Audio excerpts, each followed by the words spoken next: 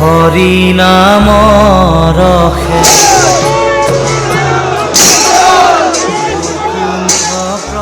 শ্ৰীমন্ত শংকৰদেৱ সংঘৰ ৯৪ সংখ্যক যোৰহাট অধিৱেশনৰ আজি অন্তিম দিন।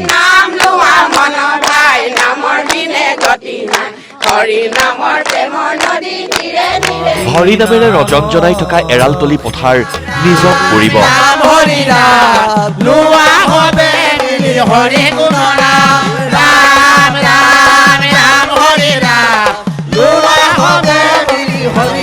মূল মঞ্চত অন্তিমখন ধৰ্মালোচনী সভা।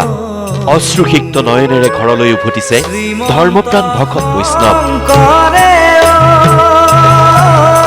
বিদায় অশ্ৰু নিজৰা আমাৰ বৈ গৈছে, আমি থাকিব পৰা নাই। আমি 4 দিন ধৰি কাৰ্য কৰিলো যে বহুত আনন্দিত পাইছো। আমি কেতিয়া পাম আৰু সমাজৰ মাজত ভকতক শুশ্ৰূষা কৰিব, আৰু বহুত বেয়া লাগিছে। অন্তিম দিনাও ভক্তিৰ অমিয়া ৰসত বুৰ গৈছে শ্ৰীমন্ত শংকৰদেৱ সংঘৰ ৯৪ সংখ্যক যোৰহাট অধিৱেশন।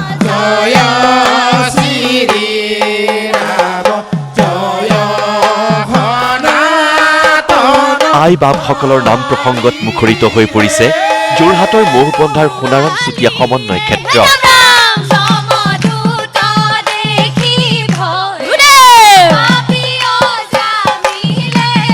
ভক্তিৰসৰ নিজৰা বোৱাই এৰালতলী পথাৰক দ্বিতীয় বৈকুণ্ঠপুৰীলৈ ৰূপান্তৰ কৰিছে ভকত বৈষ্ণৱে।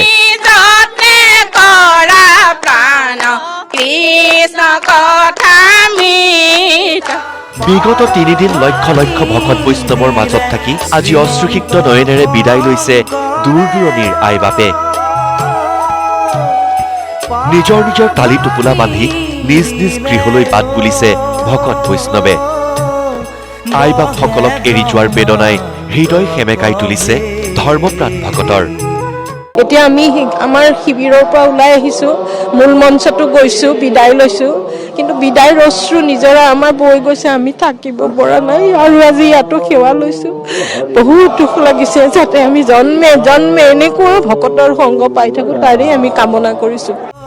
নিজৰ তালি টোপোলা বাইচাইকেলত বান্ধি গহপুৰৰ নিজ ঘৰলৈ যাবলৈ সাজু এইজন বৰ্ষীয়ান ভকত।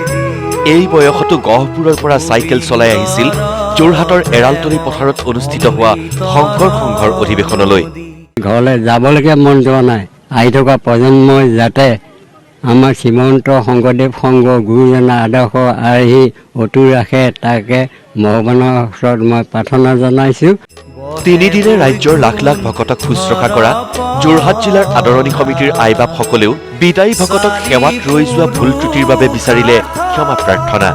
এই সেৱাত হয়তো আমাৰ ত্ৰুটি বিচ্যুতি ঘটিছে, কিন্তু আমিও পাৰ্যমানে চেষ্টা কৰিছোঁ। আজি ৰাত দিন একাকাৰ কৰি আমি তেখেতসকলক আপ্যায়ন কৰিবৰ কাৰণে আমি যথাসাধ্যে কষ্ট কৰিছোঁ। ইয়াতো যদি কিবা আমাৰ ত্ৰুটি বিচ্যুতি ৰৈ গৈছে, আমি সমস্ত চৰণত আপোনাসৱৰ যোগেদি আমি সেৱা প্ৰাৰ্থনা জনাইছোঁ। অধিৱেশনত ৰাজ্যৰ বিভিন্ন প্ৰান্তৰ ১২,০০০ সেৱা বাহিনীৰ আইবাপে সেৱা আগবঢ়াইছিল ভকত বৈষ্ণৱক। আৰু আজি কেন্দ্ৰীয় সেৱা বাহিনীৰ বিশাল শিবিৰৰ পৰা সেৱা লৈ ঘৰলৈ যাবলৈ ওলাইছে সেৱা বাহিনীৰ আইবাপ সমস্ত। সকলোৰে চকুত চকুলো। আমি ঢকুৱাখানা জিলা শাখাৰ পৰা আহিছোঁ। আমি সেৱক সেৱিকা কমেও ৭০জন আমি ইয়াত 4 দিনীয়া কাৰ্যসূচী য'ৰ ৯৪ সংখ্যক বাৰ্ষিক অধিৱেশনত আমি সক্ৰিয়ভাৱে আমি সেৱা আগবঢ়াইছোঁ। আৰু সেয়েহে আগবঢ়াই আমি আজি ঘৰমুৱা হ'ব বিচাৰিছোঁ। আমি মৰ্মাহত হৈছোঁ, আমাৰ হৃদয়খন বহুত সেমেকি গৈছে। আমি 4 দিনীয়া কাৰ্যসূচীৰে আমি যিখিনি সেৱা আগবঢ়ালোঁ ভকত বৈষ্ণৱক, তাত অনেকখিনি ভুল ত্ৰুটি ৰৈ যাব পাৰে। সৰ্বদোষ মৰীক্ষণৰ হেতু আমি সকলো ভকত বৈষ্ণৱ ৰাইজক সেৱা ধৰিছোঁ। বিয়লি অনুষ্ঠিত হ'ল অধিৱেশনৰ অন্তিমখন ধৰ্মালোচনী সভা। এই সভাৰ সভাপতিত্ব কৰিলে সংঘৰ পদাধিকাৰ ভৱেন্দ্ৰ নাথ ডেকাই। সভাৰ সন্মানীয় অতিথিৰ আসন শুৱনি কৰিলে মন্ত্ৰী ৰঞ্জিত দাস আৰু অসম বিধানসভাৰ অধ্যক্ষ বিশ্বজিৎ দৈমাৰীয়ে। আজি ইয়াত চবকে পাই ভাল লাগিল, আৰু নামঘৰ আহিছোঁ।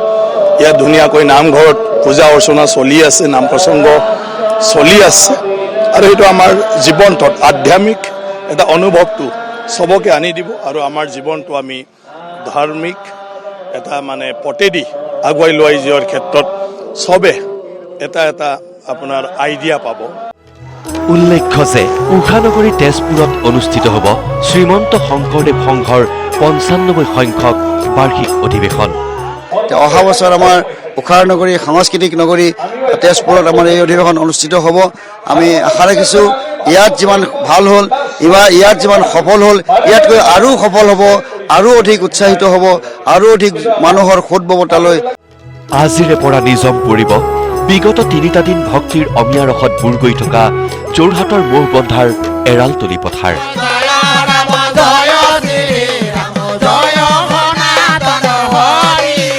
Bureau report, news live.